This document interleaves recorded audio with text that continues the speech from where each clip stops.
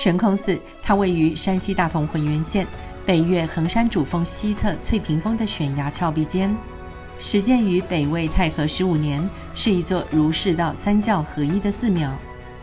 其建築是木質框架式結構，半插橫梁為基，借助岩石按托，仿佛懸掛在懸崖之上。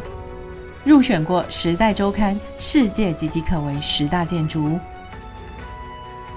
接着是應縣木塔，它位於山西朔州應縣，建於遼代清明2年，是一座純木結構的古塔，無卯無丁。木塔外觀5層，內部實則9層，這種外無內9的結構十分獨特。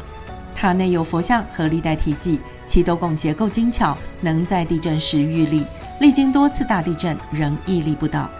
它是中國現存最古老、最高大的木結構塔式建築之一。同時，它也和比薩斜塔、埃菲爾鐵塔並列世界3大奇塔。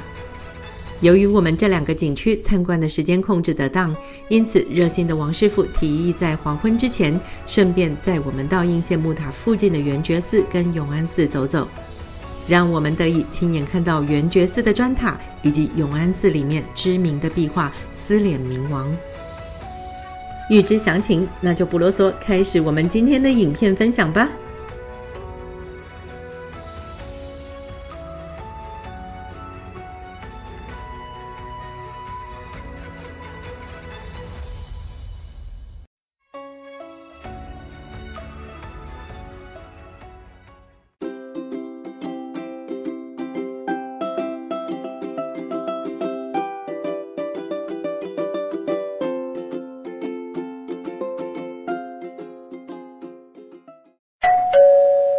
Hello， 大家，今天我們的行程是從我們入住的大同古城旁的建國普銀酒店出發，包車先到懸空寺，逛完懸空寺再到應縣木塔參觀。應縣木塔結束之後，再回到大同古城。這3者之間的關係有一點類似於三角形，而點跟點之間都要花1個小時多一點點的車程，也就是從大同古城到懸空寺要1個小時，懸空寺到應縣木塔又是1個小時，最後還要再花1個小時的車程從應縣木塔回到大同古城入住的酒店。因此今天這個行程有一點硬哦。而目前畫面上看到的則是負責我們今天一整天行程的司機王師傅。在開始景點介紹前，我們還是先來看一下微信公眾號。首先我們仍然是打開微信，接着在搜尋欄輸入山西懸空寺 Enter 進去之後，就會看到北岳衡山景區。點選進來之後，在這裡我們要參考的是登臨票須知。好，在這裡我們先暫停一下畫面，跟大家說明登臨票是什麼意思。原來懸空寺景區有2種票，第一種票就是進入景區，然後可以在懸空寺的下方好好近距離觀察懸空寺，但是沒有辦法上去。如果想要親自走上去懸空寺，就要另外買所謂的登臨票。然而受限安全上的考量，懸空寺每天能上去的人數不可超過3260人。也就是登臨票每天只有賣3260張，而這其中線上售票1600張，剩下來的就是當天現場排隊。而當天現場排隊放票又分2個時間點，一個是早上10點，一個是中午12點。但是在這裡我們卻沒有辦法做線上預約，因為不管是門票或者是登臨票的部分，操作頁面上都只有輸入大陸本地人身份證的選項，並沒有港澳或者是台胞證的選項。因此不管是門票或者是登臨票的部分，我們都得現場到人工櫃台購買。雖說如此，我們還是可以好好運用一下公眾號裡面地圖導覽這部分的功能。在這裡我們可以針對懸空寺遊客中心的平面圖先做一番了解，接着我們也可以進一步點選懸空寺景區，就可以事先了解整個景區的空間規劃及動線分布。甚至於我們可以進一步點選衡山景區，看看如果時間上游刃有餘，想要再瀏覽一下衡山景區它的整個景區分布圖到底是如何。當然點開之後可以用2指縮放大來看一下。而透過放大，我們也可以發現到想要快速登頂衡山也有索道，也就是纜車可以搭上去哦。問題是一整天的時間就那麼多，如果想要在看完懸空寺之後接着登頂橫山到橫山景區走走，那就勢必得放棄應縣木塔的行程，這真的是兩難。所以在這邊也建議大家出發之前，針對這些景區，如果現在小紅書上不了，那就到抖音去搜尋一下旅遊攻略或景區介紹。好，那我們接着就正式進到這個重量級的懸空寺景區來看一下咯。Hello 大家，那目前呢，前面看到的就是停車場，就是我們包車的師傅呢放我們下來的地方。那這裡就是懸空寺的遊客中心入口處。在我們下車之前，王師傅跟我們說，待會兒逛完了之後還是原路返回，仍然走到這個停車場。到了停車場之後，再打他的微信電話聯絡他開車過來接我們。另外一會兒走進去遊客中心買完票之後，接着還要再花10塊錢買擺渡車的票，將我們送到懸空寺景區門口。那就跟着鏡頭一起走進去看看吧。在這裡有非常清楚的指引，順着指引走進去會經過一整排的商店街以及洗手間，所以在商店街這裡有需要吃的東西的話，就可以先補給一下哦。話又說回來，一會兒到了懸空寺景區，也是有很多小攤商賣吃的喝的，甚至於衝鋒衣、羽絨衣、毛線帽、手套等防寒物品通通都有。畢竟懸空寺是在一個山谷當中，而山谷裡的風是非常強勁的。按照指引，我們很快的進到售票大廳以及擺渡車運轉大廳。強烈的建議大家來這裡一定要避開節假日，畢竟這個景區是非常熱門的哦。非節假日的話，現場買票就不用擔心排隊的人潮了。好，目前箭頭所指的這個就是人工售票櫃檯。但是當下卻也發現旁邊有滿滿的排隊人潮，原來他們是在等12點準備開放購買的登臨票。然而當下的時間是快中午11點多，換句話說，這些排隊的人潮還得在這裡站上超過半個小時以上的時間。所以在這邊大家千萬要認清楚真正的購票櫃檯。當然60歲以上的同學憑台胞證換免費進場的紙質票。接着箭頭所指的則是購買擺渡車車票的櫃檯。買好票之後，我們一樣順着動線走，準備去搭擺渡車。這張車票上有一個 QR code， 記得這個票千萬不要丟，因為憑這個乘車碼可以在園區無限次搭乘擺渡車。換句話說，待會兒回程的時候還是掃這個碼，就不用再另外花10塊錢買票。又或者是回程想要搭另外一段擺渡車上去橫山景區，還是一樣掃這個碼，所以蠻划算的。因此這張票可要好好保存，因為弄丟了就得另外再花錢買了。好，手扶梯下來之後，映入眼簾的是非常複雜的彎來彎去排隊上車的欄杆，可見節假日的時候人潮之多，排隊的盛況是可以想象的。那我們就準備上擺渡車了，而整個行車時間呢，大約10分鐘不到就可以來到景區入口咯。對了，在這裡還必須要補充一點，就是一大早我們從大同古城包車來到懸空寺的時候，走了一段蠻長的高速公路，而高速公路同時也是戰備跑道。屆時如果您走同樣的行程，在高速公路上覺得比較顛簸的話，大概率不是車輛性能的問題，而是路面結構的問題哦。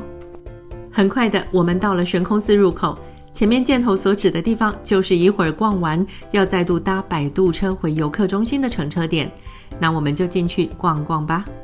雖然我們還沒正式進到景區，不過在入口處已經可以看到售賣衝鋒衣及羽絨服的攤販了。我們造訪懸空寺的這一天是在2025年的10月17號。由於懸空寺位在山谷當中，所以這裡有一股非常強烈的冷風，當天的溫度大約只有2度，所以非常非常冷。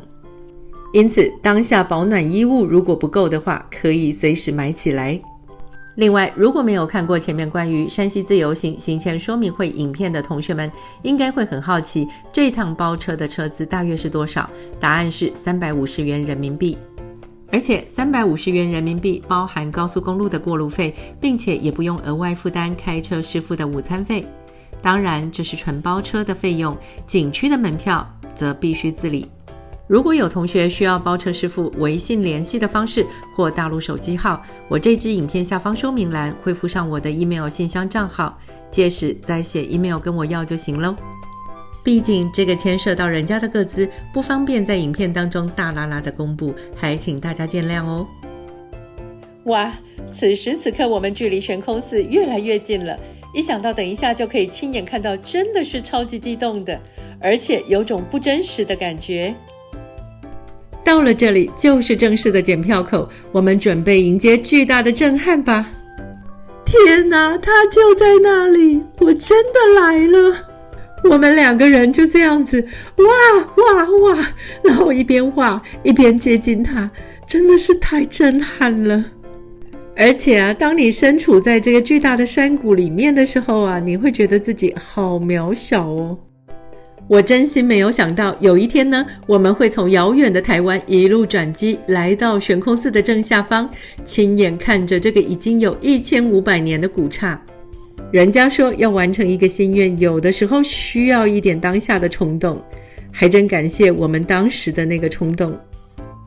話說懸空寺始建於北魏太和15年，也就是西元491年，原名懸空閣，懸取自道教，空源於佛教，後因整座寺廟掛在懸崖峭壁上，而且懸與懸同音，故稱懸空寺。Hello， 大家，我們終於來到懸空寺了。是，這是北岳恆山。對，現場看呢，真的是很震撼。很壯觀。對。然後雖然我有錄了一些影像，但是從那個攝影畫面當中啊，其實沒有辦法去感受像現場的那個震撼。現在溫度大概是4度左右。对，非常冷。我們拍攝的時間呢是10月17號。對。那今天呢溫度已經驟降好多了，超級冷。對。好，那我們再繼續一起往前看吧。對，前進。好，拜拜。拜拜。走到前面這裡啊，可以看到一個水庫，然後呢，底下有一個石頭，上面寫着北魏棧道。那我們就是接着景區的出口往那兒走。在這裡就是一個溫馨的提示，盡量呢中午以前來，因為早上呢這個懸空寺是面光的。那如果中午之後就會變成背光，那背光呢光線不好，拍起來就比較不好看，而且中午過後會很冷。話說這一座建築能在懸崖上屹立千年不倒，主要有2個方面，第一個是選址，第二個是在於其獨特的力學設計。第一，選址部分，寺廟建在山谷的凹處，石崖頂部突出如傘，保護寺廟免受雨水沖刷和烈日曝曬。而寺廟位於高處，也可以避開洪水。第二，關於結構的部分，表面上看支撐寺廟的是幾根纖細的木柱，但實際上真正承重核心是插進岩石深處的橫梁。這些橫梁是用當地的鐵杉木經桐油浸泡防腐後，深深嵌入岩壁當中。在影片的後半段，我從網絡找來一段關於建造過程的動畫，再跟大家做分享。第3個部分則是精巧的設計，雖然總面積僅有150平方公尺，卻精巧佈置了40個殿閣。南北2樓以棧道相連，遊客行走其間，一邊是峭壁，一邊是山谷，體驗極為驚險。懸空寺最後一個獨特之處在於文化包容性，在寺內的3教殿中，釋迦牟尼佛、老子、孔子，也就是佛道儒3尊塑像共處一室。這在中國傳統宗教建築中非常罕見。好，接着從動畫當中我們可以發現，懸空寺的地基是一塊向外突出的岩石平台，平台之上排列着數十根粗壯的木材，它們選自質地堅硬的鐵杉木，經過桐油長時間浸泡，防腐防潮還防蟲。鐵杉木一頭為剪刀形，並且被打入木楔子，接着扎進山體深達幾米的巨大石孔內，而石孔恰好內大外小，和木材結合起來，就像一個現代的膨脹螺釘。而木材的另一頭則伸出岩石平台達數米，如此一來，便在空中建構了一個穩固的超級掛鈎。整座重達10餘噸的懸空寺主體建築就這樣被它牢牢掛在山體之上。至於寺廟主體的建材又是如何運上去的呢？這就必須歸功於遠古時期的木匠們再一次展開懸空作業。他們將建築材料運上山崖，懸吊至掛鈎處，並以此為地基，在地基上立柱子，接着在柱子上安房梁、放斗拱，利用中國傳統的榫卯梁架組合，將建築材料拼接為一體，再補充牆面、門窗、屋頂，如同搭積木一般建成樓閣。因此，看似單薄的木頭立柱，其實並不負責主要承重哦。這裡有一個不說你不知道，山西懸空寺自建成以來，曾經經歷過40次以上的地震哦。但由於它的設計精妙，所以能夠挺過地震，完好如初。那我們就準備離開這個偉大的建築嘍。離開之前，再多看它一眼。前方盡頭就是你與懸空寺之間最近的距離。往右邊走，則是出口的動線。出口的另一邊看到了排隊的圍欄，沒有錯，這些遊客就是買了登臨票，準備上去懸空寺的。換句話說，在遊客中心買登臨票要排隊一次，到了現場這邊呢，還要再排隊一次。畢竟懸空寺上方人數做嚴格的控管，必須有遊客下，然後才能再有遊客上。你還在呀？你都沒有走開呢，小貓咪。你都一直在這裡哦，小貓咪，很冷哦。我看看，它不動了。冷了。你很冷啊。冷哦。好，在準備回遊客中心的擺渡車乘車點，我們同時也看到通往橫山景區的擺渡車。因此，如果您是要直接回遊客中心的，千萬別排錯隊伍。那就一會兒見咯。A few moments later. Hello， 大家，我們現在呢是在懸空寺的遊客中心，在這裡呢有幾個小 tips 要提醒大家注意的，就是說呢，它的擺渡車一個人10塊錢，但是重點在於，買了擺渡車的票之後，它並不是單程或雙程的，而是可以重複使用。怎麼說呢？就是比如呢，買了這個紙質票之後啊，那搭擺渡車上去懸空寺之後呢，那換句話說，等到您從懸空寺想要下來的時候，用的還是同樣一張紙質票，它就會在上面再打個孔。所以請記得，千萬就是買了擺渡車的紙質票，那個票呢是不能丟的。那當然也可以掃碼，就是現場掃碼約這個擺渡車的票，那它就是一個 QR code 的概念這樣子。那再來呢，就是說這個擺渡車呢，也不僅僅於就是來往於遊客中心跟懸空寺之間，就是你到了懸空寺之後，你還可以從懸空寺那邊再搭另外一段擺渡車呢上去北岳橫山景區。那所以呢，如果說您是把這裡當成是一日遊，就是要花一整天時間在這裡的話呢，那擺渡車的這個車票真的是要留好，因為接着上了橫山景區，然後橫山景區呢再搭擺渡車下來，然後再下到這個遊客中心，它是可以重複用的。只是呢，我們就沒有上去北岳橫山景區，因為我們今天是包車一整天。那等一下呢，要再去應縣木塔，還有永安寺跟圓覺寺。那所以呢，這個是請大家要務必注意到的喲。那我們就準備透過微信聯絡王師傅來接我們去應縣木塔嘍。A few moments later. 好，就在搖搖晃晃1個小時之後呢，我們來到了應縣木塔，前方就是售票處，因此60歲以上的同學們就是憑台胞證在這裡換免費進場的紙質票。那我們就準備從箭頭所指的地方進去咯。不過在進到應縣木塔景區之前呢，先用鏡頭環顧一下四周。透過鏡頭可以發現，前方這一區呢是規劃非常完整的商店街區，不僅有吃的喝的，在這裡甚至有民宿。可惜我們的時間相當緊湊，就沒有辦法在商店街裡好好逛一逛了。山西朔州的應縣木塔建於遼代，也就是西元1056年。這座木塔到底有多厲害？它高達67.31公尺，相當於20多層樓高。它是世界上現存最古老、最高大的全木構建築。雖說它與埃菲爾鐵塔及比薩斜塔並稱世界3大奇塔，但是與其他2座不一樣的地方是，應縣木塔是純木頭造的，而且從頭到尾沒有用到一根鐵釘，全部都是榫卯結構。為什麼它能屹立千年，挺過40多次的地震呢？這就是古人以柔克剛的智慧。我們分以下幾點來跟大家做分享。第一個，它可說是斗拱博物館。整座塔使用了54種不同形式的斗拱，這些斗拱呢，像是一朵朵盛開的蓮花，層層疊疊，以至於地震發生時，斗拱之間的榫卯結構會輕微位移，就好比是汽車的避震器一樣，吸收能量，把巨大的震動力化解掉。第二個，它是雙層套筒結構，木塔表面看是5層，但內部分析其實是明5層，暗4層，一共9層。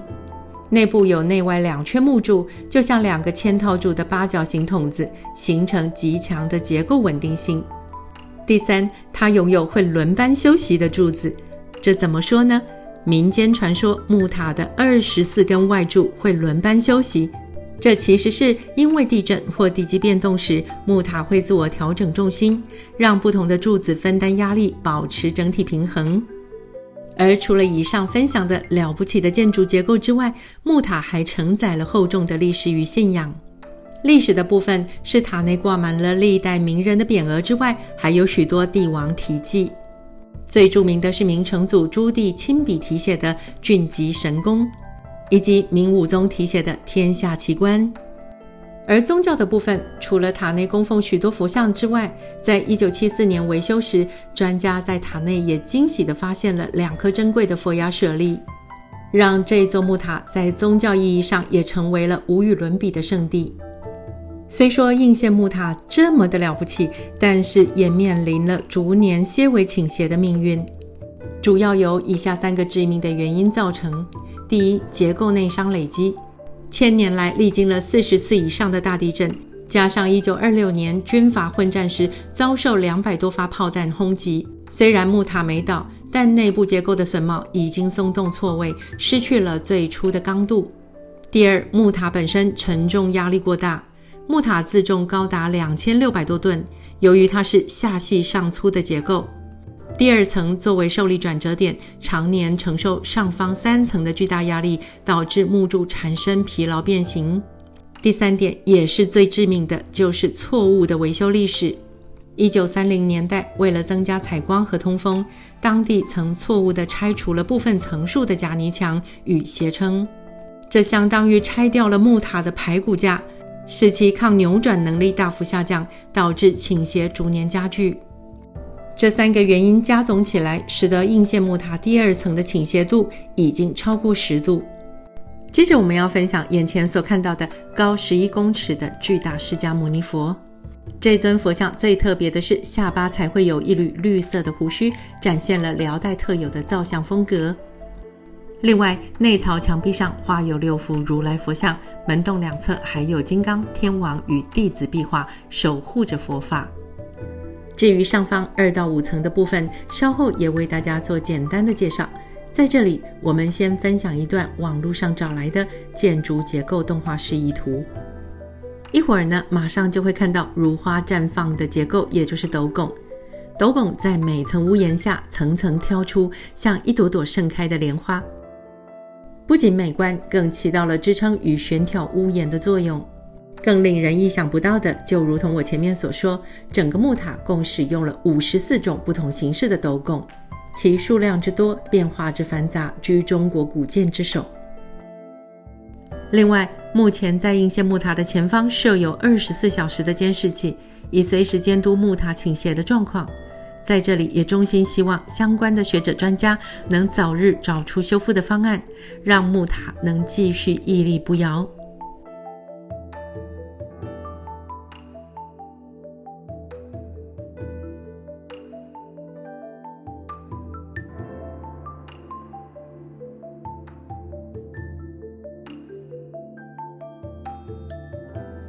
接下來我們借由剖面圖來進一步認識應縣木塔的2到5層，並且我也在網絡上篩選了許多資料，找出這一段珍貴的影片跟大家分享，讓大家知道應縣木塔的2到5層分別供奉着哪些神明。畢竟現在應縣木塔只開放1層，其他上方樓層因為木塔傾斜的關係已經沒有辦法上去了。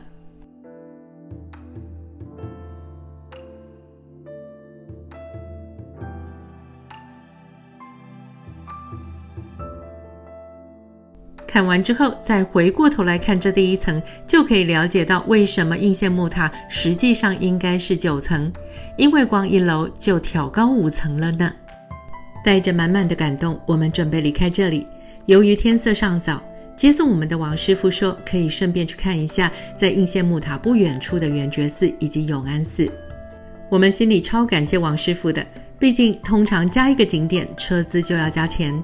但是王師傅可能覺得我們時間上控制得很好，所以在景區關閉前願意再免費帶我們去這2個點。好，眼前看到的便是圓覺寺及磚塔。這個磚塔始建於金代大定7年，也就是西元1167年，距今已經有850年的歷史。它位於山西省大同市渾源縣，是一座承載了近1000年歷史的建築精品。那我們就進去看看吧。整個建築通高30米，是一座8角9層的仿木結構密檐式磚塔。塔基與須彌座裝飾極其華麗，刻有精美浮雕，包括月季、舞伎、獅子、花卉等等。這些浮雕展現了金代豪放而不失細膩的藝術風格。第1層塔身最高，四面設有真假門窗，並刻有逼真的斗拱。接着分享密檐設計，向上層層疊色出檐，檐角掛有風鈴，微風吹過，清脆悅耳。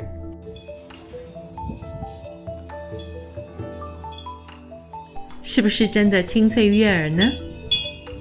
這座塔最獨特的地方在塔尖，塔尖上立有一隻鐵製喉蜂鳥，這隻鳥可以隨風旋轉，用來指示風向。它是中國古代建築中極其罕見的實物，也就是氣象儀。那我們就準備離開圓覺寺嘍。出來之後，回過頭來看箭頭所指的地方就是圓覺寺，而我們只要拐一個彎，就會立馬來到永安寺。而遠方另一個箭頭所指的就是永安寺了。在這裡看到其實自選掃碼支付，這個攤位真有意思。那我們就接着往永安寺前進了。如果說圓覺寺的磚塔是渾源縣的骨架，那麼永安寺的壁畫就是渾源的靈魂。這座寺廟以神秘的元代壁畫聞名，尤其是那幅讓人一眼難忘的撕臉明王。事實上，出發之前我已經在小紅書看了許多關於撕臉明王的影片介紹，因而此時此刻能夠親眼看到撕臉明王，真的內心也相當激動。話說永安寺始建於金代，後毀於戰火。元朝初期，當地的抗金名將永安軍節度使高定在廢墟上重建了這座寺廟。它的山門非常獨特，是罕見的五開門設計，正脊上裝飾着精美的琉璃，甚至帶有景教，也就是基督教早期流派的風格。